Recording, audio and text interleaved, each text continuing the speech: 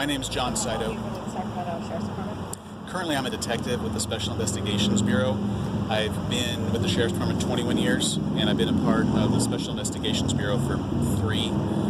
So I've been a detective a total of 9. A couple years as a gang detective, last 7 as a human trafficking detective. I'll start off and just say, John, how big of an operation is this tonight? This is a pretty big one. This is the biggest one I know of that we've done in Sacramento, probably recent history, if not ever. We have done some of these before with some frequency, but we have not done one of this size or this scale that I can remember. And what is kind of, how many agencies and what is it going to be involved tonight? I believe we are... That's a good question. I think there's Stop 5 thinking about agencies that one. plus the DA. Yeah, well, there are actually a few more thrown in there. There are 5 locations led by 5 separate agencies. There are a handful of additional officers from additional agencies that are augmenting or adding in to some of those. So we may have as many as 10 different agencies, but it's led by 5 main ones at 5 locations. Generally speaking, just like in the most basic sense of the word, what are we doing today? What is the operation? The whole point of the operation is to go after the demand side. With human trafficking, we wind up with basically 3 parts to it, or 3 facets. You have the women, mostly women, some men, who are victims of trafficking. They're the ones that are forced to sell themselves for money. Usually that money doesn't get to be kept by them, so that winds up going to a trafficker, sometimes known as a pimp as well. Those are 2 of the sides. But the side that really drives the underground economy is the demand side, the customers. They're the ones that have the money, frankly. They're the ones that fuel this whole thing. And there's not a lot of attention that is necessarily focused on them because it's very difficult to run some of these operations. They take a lot of resources, a lot of manpower. But once we realize the importance of them, we realize we need to do them more often. And this is a way of kicking it off, so it's going to be a larger scale thing to start with here. And in the future, we can expect to see these on a lot more regular basis. John, can we talk about how big of a problem this is in Sacramento County? People might not know, and if there are any targeted areas that we're going to focus on tonight that are seeing an increase in crime or an uptick in crime, or can you kind of just talk about how rampant this is locally? Yes, so locally it is definitely a big hot button issue here in Sacramento. Part of it is because it's the largest state in the country, part of it is because we are the center of that state, and part of it is because just we have a lot of activity here. Unfortunately, a lot of criminal activity related to trafficking. So we have a lot of traffickers here, and we have a lot of trafficking victims.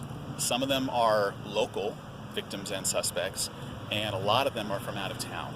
So we get a lot of people that travel through here. On top of that, we have a lot of our local Sacramento victims, girls mostly, that wind up in other parts of the state and in other parts of the country. We're constantly dealing with cases that go across multiple jurisdictions, and we're receiving phone calls from other jurisdictions as well to help out.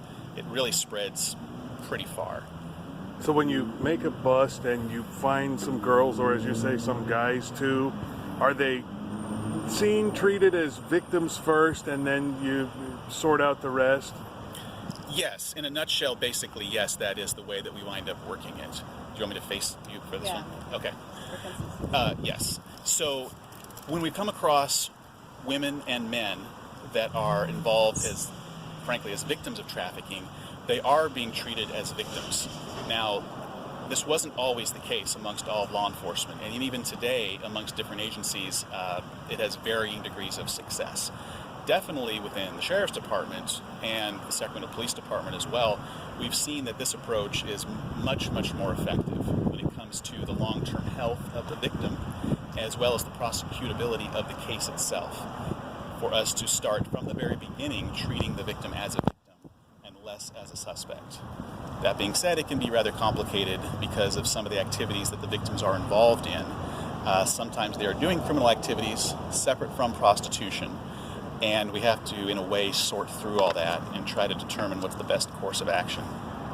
Can you kind of just give me an overview of what we're going to be seeing tonight? Can you kind of paint the picture? We have multiple agencies, we have officers dressed up as prostitutes. Can you kind of paint the picture of what we're going to be getting ourselves into? So tonight what you're going to wind up seeing is of the 5 locations, 2 of them are going to be at the street level. What we might see is the most visible side of it, where we're going to wind up typically seeing women and some men that are walking in high prostitution areas, and then you have the customers, who are mostly men, driving by and soliciting them for sex. So 2 of the locations we're going to see are those, and they're fairly well known in the Sacramento region as the Watt Avenue stretch near Interstate 80 and the Stockton Boulevard corridor between roughly LC and Broadway. So those are the 2 main high concentration areas for the street. However, that really is just the tip of the iceberg, because with the advent of the internet, so much of it has gone indoors and the ads are posted online. In addition to those 2 street locations, we're also going to wind up doing 3 separate hotel ops in different parts of the county. So we're going to wind up having undercover ads on different websites, in particular Backpage is one of them. And then customers are going to call into those ads, and they're going to wind up conversing with people who are undercover officers. They will show up thinking that they're going to meet a woman for sex, and in the end they're going to wind up getting arrested. Can you lastly just say what is the importance, or I think there's very obvious reasons why you might want to do that, this kind of operation. Can you just say what dangers or what are the concerns that you as a person in law enforcement and the Sheriff's Department in general has about this kind of crime? So in particular, these types of operations, we don't tend to do them as often, going after the customer base, the demand side of it. And a big reason for that is that they take a lot more resources to run an operation like this. They're a lot more manpower intensive, and frankly, they're a lot more dangerous. Because what we wind up having to do typically is put a female officer out as an undercover, and at that point, she is out on the side of the road, soliciting customers. And from there, we don't know who's going to roll up. We don't know if they're going to have guns in the car, weapons in the car, if there's going to be more than one person. We also have the occasional problem of pimps coming across as well, who are trying to recruit and occasionally even kidnap victims off of the high prostitution stroll areas. And we have had problems with that in the past, both on Stockton Boulevard and Watt Avenue during operations, where pimps have gotten out of the car, come up, approached our undercover decoys, and we've had to have uniformed officers intervene to separate them. And the overall open goal for tonight's operation, You want me for them to go past? Is that you guys? Yeah, that's I think that's star 7. I thought you meant us guys. Oh, no. I was going to say you guys are really into it. So the overall goal for tonight, what we hope to get out of this operation is we hope to really spread the word that Sacramento is not going to tolerate this kind of activity. And it's going to be a little piece at a time. It's going to be a long process, quite honestly, to get the tide of public opinion, the tide of what has become culturally acceptable for some people to go out and purchase women primarily for sex. And among some people, that is considered acceptable. And we want to let them know that that's not acceptable for us, not acceptable for law enforcement in Sacramento, and we're going to continue doing these operations until it makes the effect that we want it to make. A year or 2 ago, the legislature split it into 2 codes, one going after the customer, one going after the provider. In the past, it was all under one thing. You may also wind up seeing some loitering with the intent to commit an act of prostitution, which is a little more vague, but it fits the category for the people that are circling the area, interacting with the women, talking about prices. It's pretty clear what they're doing here, but they just don't quite make the deal, or they make a deal and then drive away without meeting up or something like that. So you could see some of those that come out here too. What kind of fines? What kind of fines? I honestly don't know. That's probably a good DA question. I'm not even sure if the DA, Anne-Marie Schubert, is going to know that off the top of her head. She might. I hate to say it, it's not significant. I mean, the amount of jail time they're facing is not tremendous. And a lot of times it's handled through, community service or programs like that, unless you have a lot of priors or something. So that is one of the complaints that a lot of advocates have, and they've had over the years, is that the penalties for the purchasers are pretty low. And so the deterring factor is just not really that strong. there's the embarrassment side, which they don't want people to know what they're doing. Some of them don't care. But if we're going after them and trying to punish them, those punishments aren't really in place. And that's going to unfortunately wind up being more of a legislature issue than, there's only so much we can do with the existing codes. John, would you tell us again why this particular strip of Watt Avenue north of I-80 has become such a problem? Well, that is a really good question. I don't know if I have a great answer for it. You wind up in, doesn't matter which kind of major city you go to, you wind up with areas that are sort of known as the track or the stroll or the prostitution area. And it's hard to say how they get like that. A lot of it winds up being based off of cheap motels, liquor stores, low-income housing, a lot of stuff that's kind of concentrated together. So, like I said before, we had Auburn Boulevard, which had more than a dozen really low-end hotels, and most of those have been cleaned up. And so it wound up moving the problem around the corner to Watt Avenue. And so I think Watt is going to go through the same process. And you're going to have pieces of Stockton Boulevard as well, that certain sections of Stockton have gone through improvement through business associations or the city or the county. And so some areas have cleaned up a bit, and we don't see the problems we used to see. But the problem, unfortunately, winds up moving to some other areas where they're not able to do as much enforcement, or people are not calling in as much.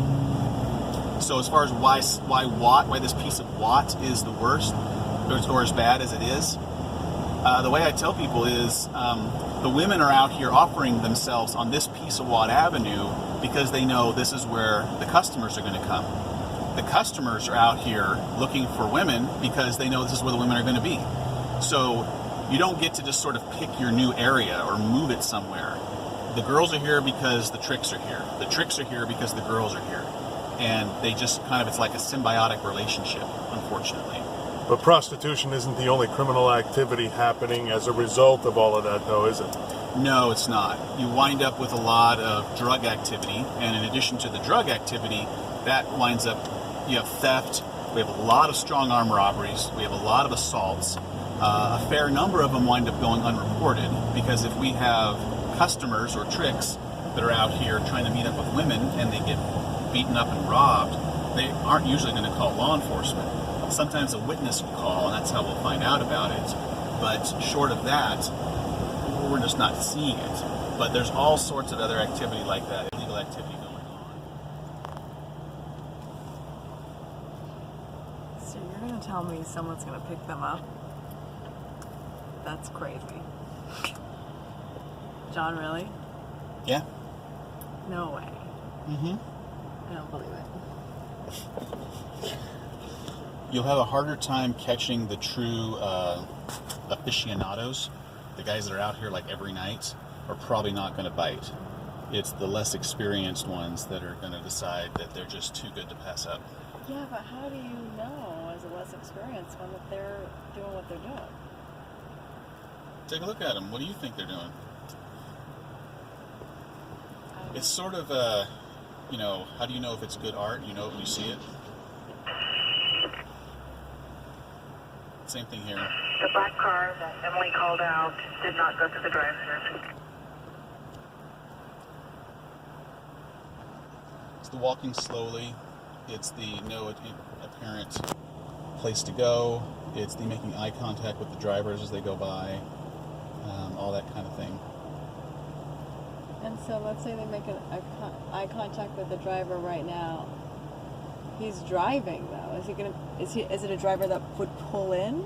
If he is watching on the side of the road to see the women, and he's looking for the ones that he thinks are probably working, it's clear that some of them aren't working, and it's kind of clear that some of them are. He knows which ones are working, which ones are likely customers, and they just magically meet, make eye contact, and he pulls in the side parking lot. She walks up to the car. No words are even said at that point, and they both know what's going on.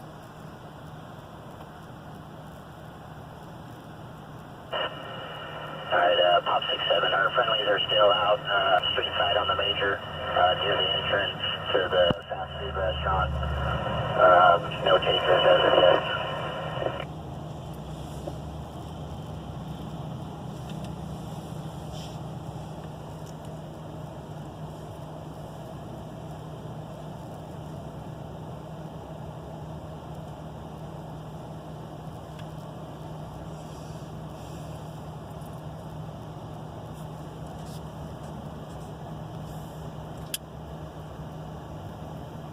And you have, I'm assuming, cops like positioned everywhere. Orange. Yeah. Is that van over there a cop? Might be. There's also another white van down there. That might be. I don't even know all the vehicles they have out on this thing. We didn't see them all ahead of time.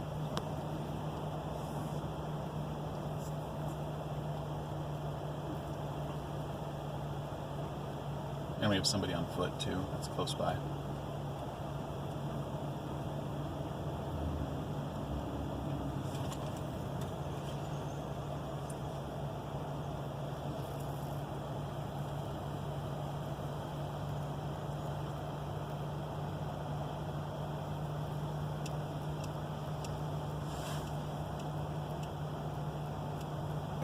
As far as the tricks go, you're gonna catch plenty of dumb ones. You're gonna get people that have full-time jobs that are fairly square, married with kids. They're not really part of the criminal element, the normal criminal element, what we typically think of, and they don't see anything wrong with paying women for sex. So they just pull in, and they're not really looking over their shoulder. They might be a little bit nervous here and there, but for the most part, they might be just as worried they're going to get robbed. Versus compared to getting arrested. Pop 6-7, we just had a white Ford Ranger, white male driver pull in right alongside our vehicle, which is the building north of the restaurant. Great. I don't know if you're going to be able to see that at all. Girls are approaching the white Ranger that just landed. Can we go up a little bit more? Okay, contact at the driver's window.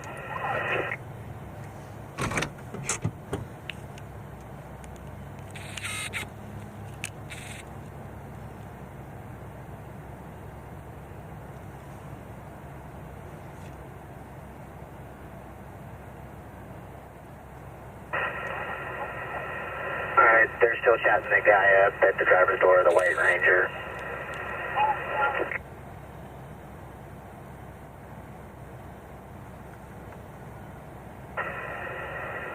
I believe that's a no-go. The girls are walking away from the driver's door. No negotiations completed or met.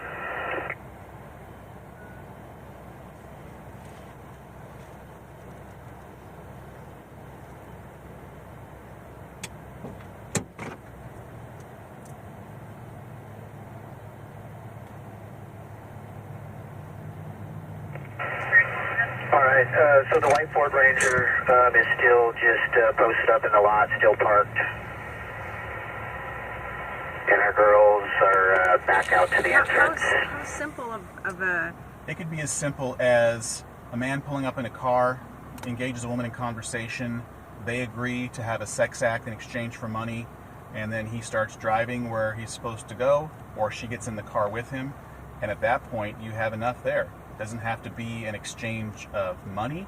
You don't have to have one person touch the other person in any special way.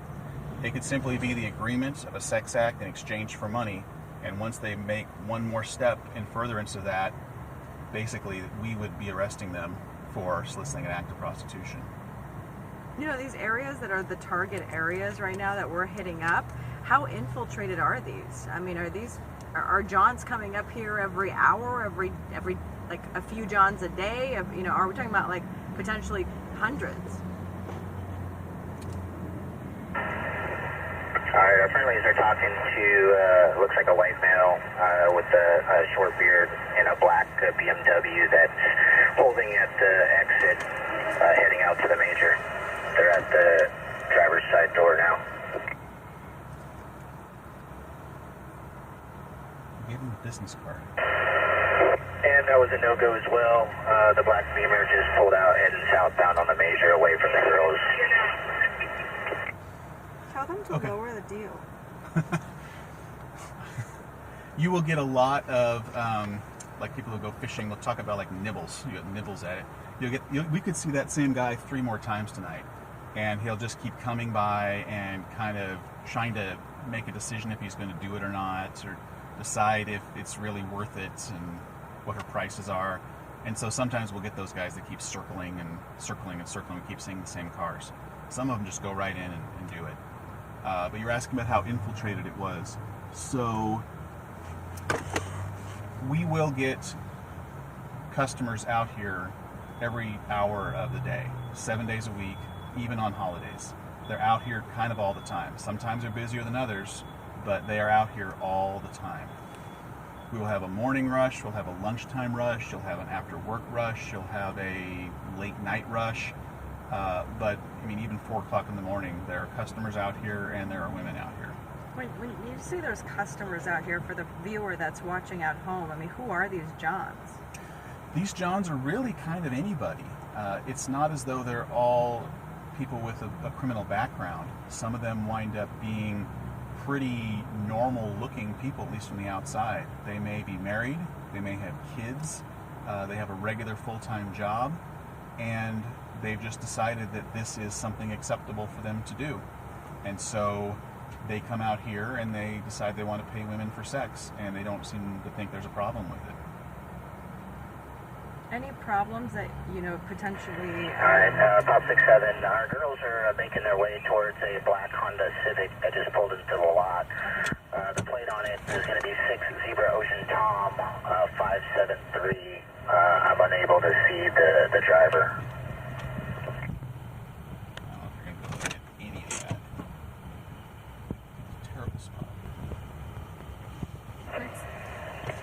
Alright, UCs are approaching the passenger side of the black Civic.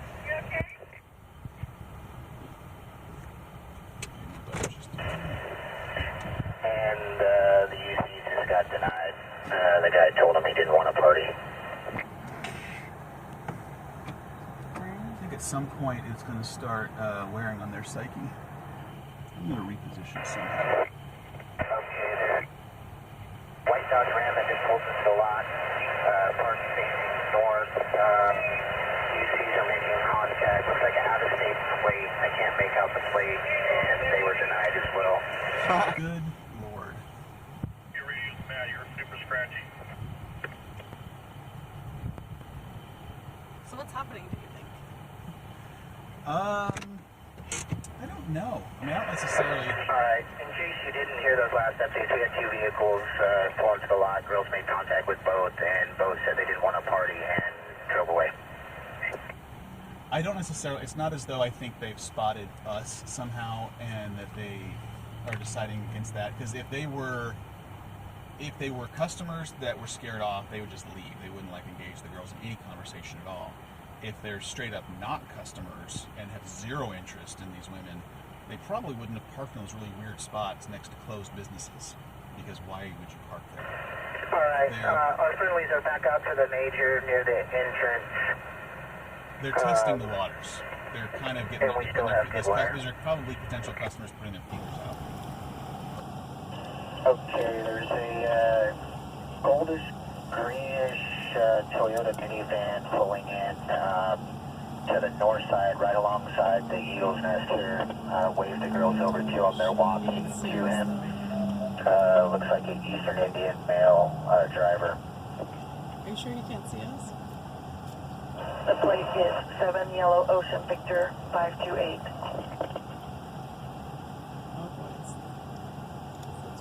Alright, we have contact at the driver's door.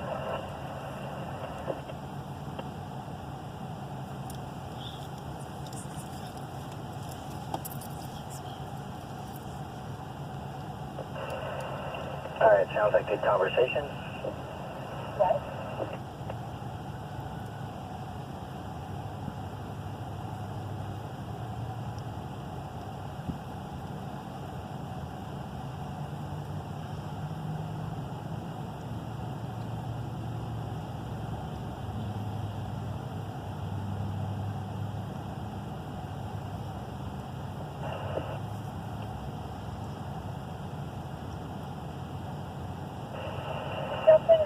Alright, they're still chatting it up with the guy in the minivan.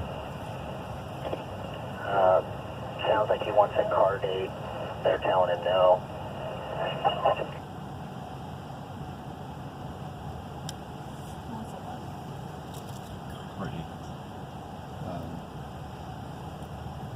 John, can you explain a car date? me see if they had traffic here. Car 8 is just the section counter in the car versus getting it like a hotel room. This guy coming here and I took him off to your right.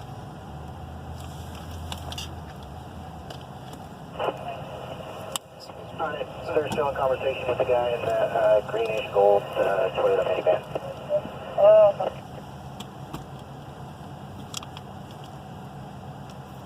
No,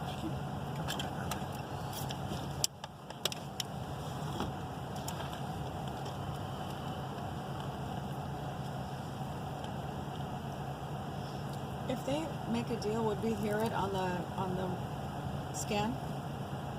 We're not going to hear the actual audio. He's still negotiating with the girls. It sounds like he's using the word massage instead of whatever act he wants. He's playing the game. He's trying to be coy. They need to make sure that it's explicit enough.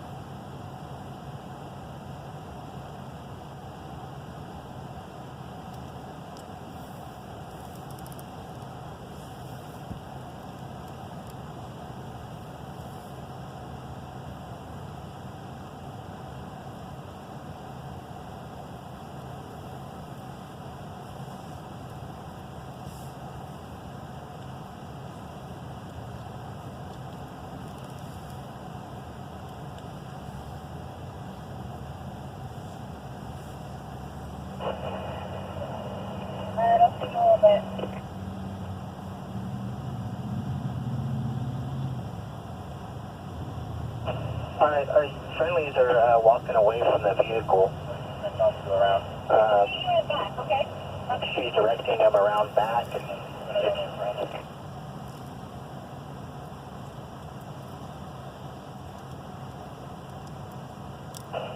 UCs are away southbound towards Carl's Jr. The guy is still just sitting there parked. Good deal, good deal.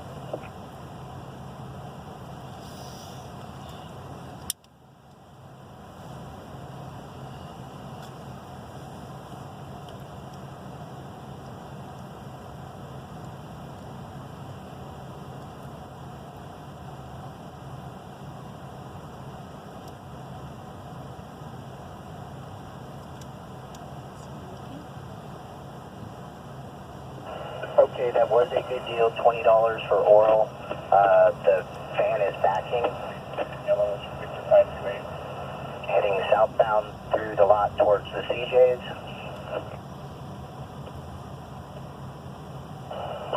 Making the westbound to go back behind the building, and he's out of our view.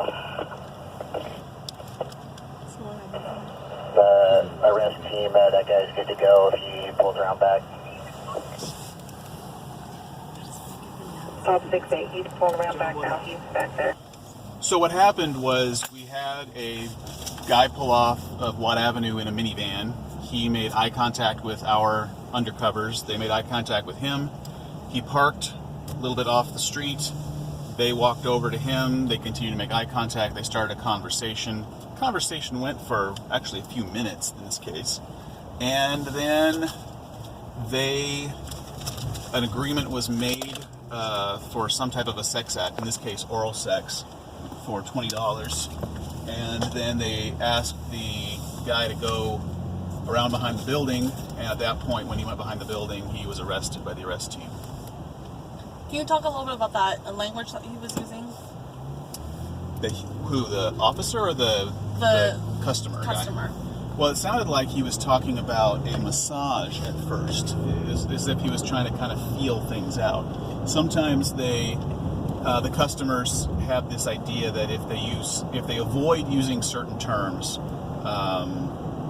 like blowjob or sex or something like that, that if they just sort of mask that they can somehow get around being in trouble for a prostitution type offense. And massage is not a great one to work with, so the undercovers have to make sure that explicitly, are you interested in sex for money? And, well, we weren't able to hear all the audio. It sounds like it was made clear that that's what was going on.